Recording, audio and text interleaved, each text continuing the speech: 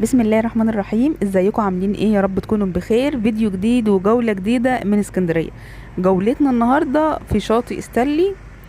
سألتوني كتير عن الكابينة او الكباين بتاعت ستانلي. الفيديو اللي فات نزلت لكم الشاطئ بالكابينة وايجارها اليومي بكام، وسألتوني اسئلة كتير عنها. رحت النهاردة بقى وجبت لكم كل الاجابات عن اسئلتكم اللي سألتوني عنها في الفيديو بتاع ستانلي الفيديو اللي فات. بدأنا لكم الجولة زي ما حضراتكم شايفين كده من على البحر، وهنروح دلوقتي للبوابة الرئيسية بتاعة شاطئ ستانلي.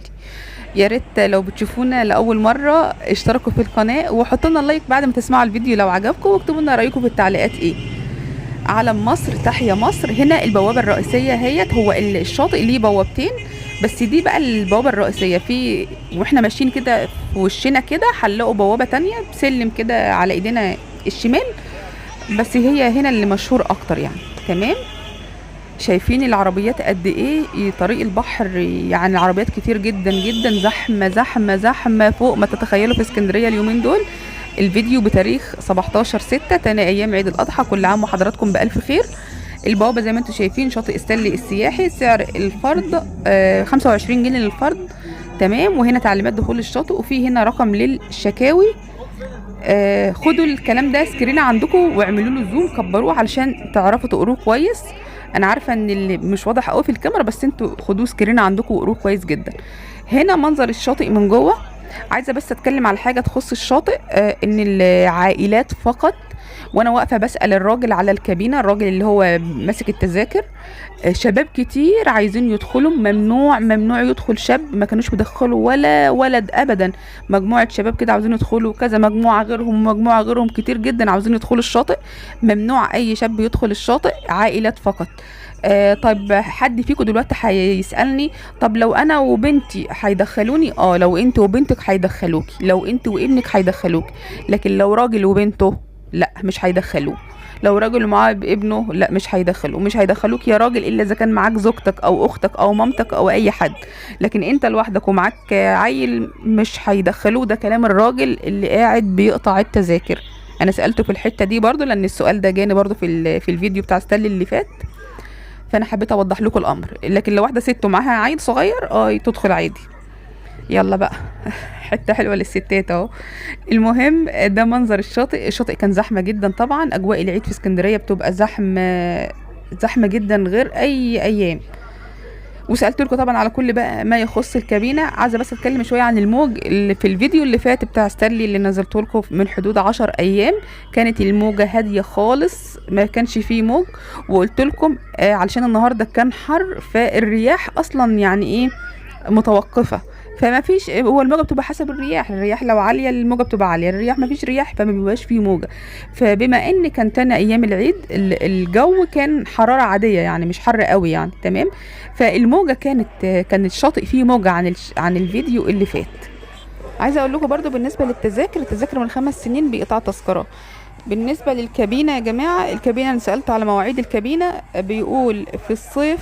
هو اول ما قلت له طب مواعيد الكابينه ايه، جه مشاور لي على اليوفط اللي انتوا شايفينها ديت، ان الصيف من 7 صباحا للساعه 2 مساء، وفي الشتاء من 8 صباحا ل 12 الظهر. وايجار الكابينه في اليوم ب 350 جنيه. يعني معقول هتدفعوا 350 جنيه على من 7 الصبح ل 2 الظهر؟ المفروض يعني 350 جنيه من 7 الصبح ل 10 بالليل، ده المفروض كده. انا الحته دي انتوا برضو لما تيجي تاجروا الكابينه اسالوا فيها، لان انا اول ما قلت له مواعيد الكابينه ايه ما اتكلمش، جه مشاور لي على اليافطه. يعني هي المواعيد احنا كاتبينها اهو. فانتوا برضو قبل ما تاجروا وتدفعوا اسالوا شوفوا المواعيد ايه، لان الوقت ده لو مناسب ليكم اجروا، لو مش مناسب انتوا حرين بقى. تمام.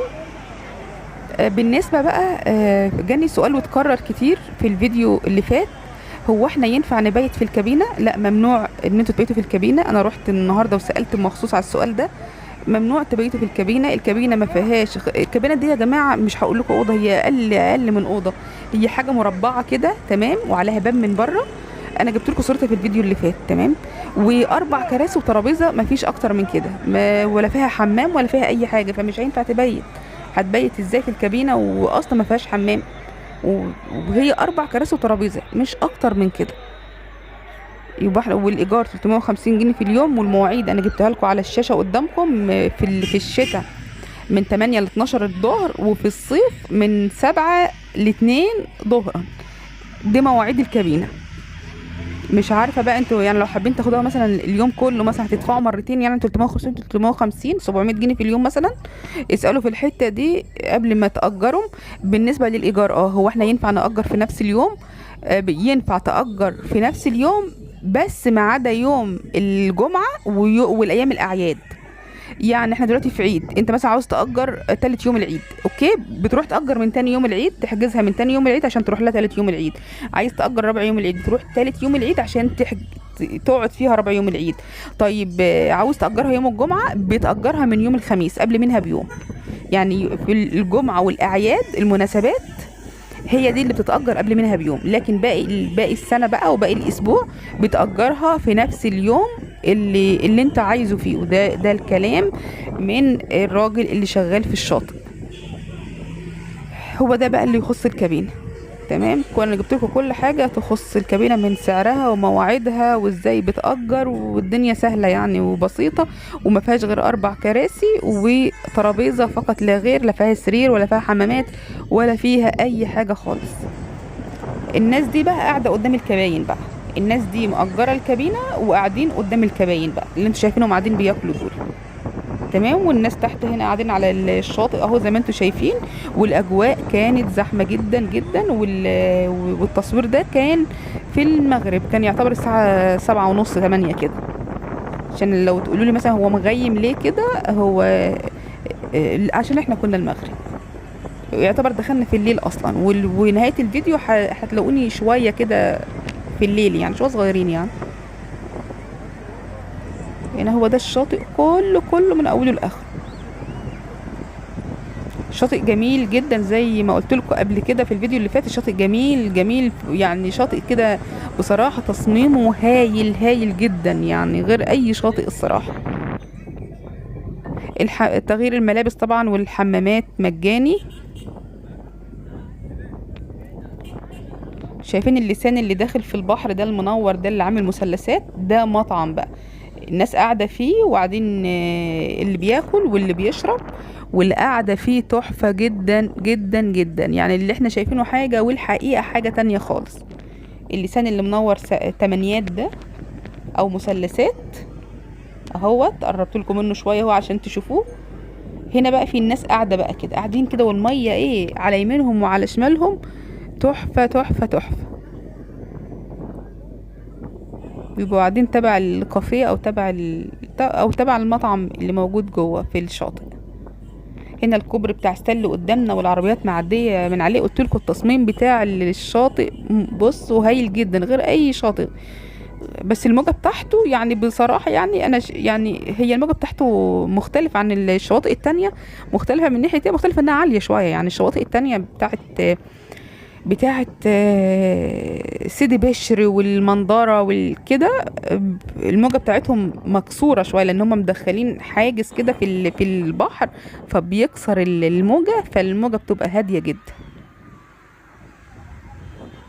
هنا بقى جايبه لكم من زاوية تانية خالص التصوير، علشان خاطر تبقوا شايفين البحر من كل الاتجاهات والشاطئ من كل الاتجاهات. لو وصلتوا لغاية هنا من الفيديو ولسه ناسيين تحطوا اللايك، حطوا لنا اللايك. ولو الفيديو مش عاجبكم ومش عايزين تحطوا اللايك، يا ريت تكتبوا لي ايه اللي مش عاجبكم في الفيديو.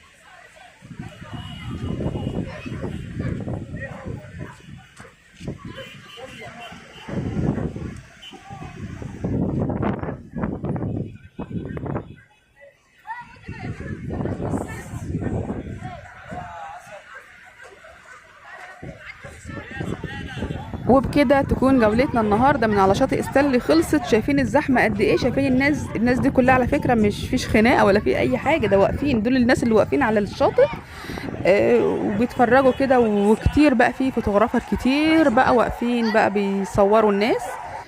فكانت دي اجواءنا النهارده. احنا دخلنا بالليل شويه، هو المغرب كان اذن هنا في الوقت ده. دي كانت اجواءنا النهارده من على شاطئ ستانلي، وكل المعلومات اللي تخص الكابينه. وسعر تذكره دخول الشاطئ ب 25 جنيه، من 5 سنين بيدفعوا تذاكر. وممكن يستثنوا الاطفال الصغيره عادي حسب اللي قاعد يعني بيقطع التذاكر. يا رب يكون الفيديو عجبكم، انتظرونا فيديو جديد، اشوف وشكم على خير، والسلام عليكم ورحمه الله وبركاته.